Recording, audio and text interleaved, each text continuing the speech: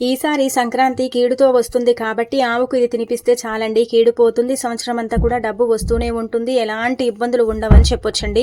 కాబట్టి మర్చిపోకుండా ఈ సంక్రాంతి రోజున ఆవుకు ఇది తినిపించండి. ఇలా తినిపించడం వల్ల అద్భుతమైన ఫలితాలు వస్తాయన్నమాట. ఆవులో ముక్కోటి దేవతలు కొలువై ఉంటారు. ఆవు సమస్త దేవతల యొక్క రూపంగా భావిస్తాం కాబట్టి ఆవుకి ఇది పెట్టడం వల్ల అద్భుతమైన ఫలితాలను అయితే మనం చూడగలుగుతామని చెప్పొచ్చండి.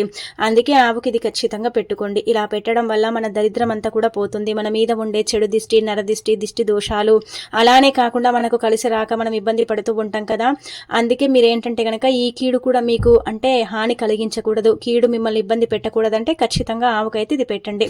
నార్మల్గా మనం ఆవుకు ఆహారం పెడుతూనే ఉంటాం కదండి. అంటే మన ఇంటి ముందు కావచ్చినప్పుడు కావచ్చు, మనం గోశాలకు వెళ్ళి కావచ్చు, ఆవుకు ఏంటంటే ఆహారం పెట్టడం అనేది జరుగుతుంది. కాకపోతే మనం ఏంటంటే కనుక ప్రత్యేకించి ఈ యొక్క అంటే కీడు సంక్రాంతి రోజున ఖచ్చితంగా ఏంటంటే గుర్తుపెట్టుకోండి, తోటకూరని కానీ, పచ్చగడ్డిని కానీ, బెల్లంతో కూడిన ఆహారం కానీ, లేకపోతే టమాటాలను కానీ, వంకాయని కానీ పెట్టండి. ఇవి మాత్రమే పెట్టాలి. ఇవి పెడితే మాత్రమే కీడు పోతుంది. ఇవి పెట్టడం వల్లనే ఏంటంటే కనుక 33 కోట్ల మంది దేవతల యొక్క అనుగ్రహం కలుగుతుంది. సకల శుభాలు చేకూరుతాయి, అద్భుతమైన ఫలితాలు వస్తాయి, మన జీవితం మారిపోతుంది.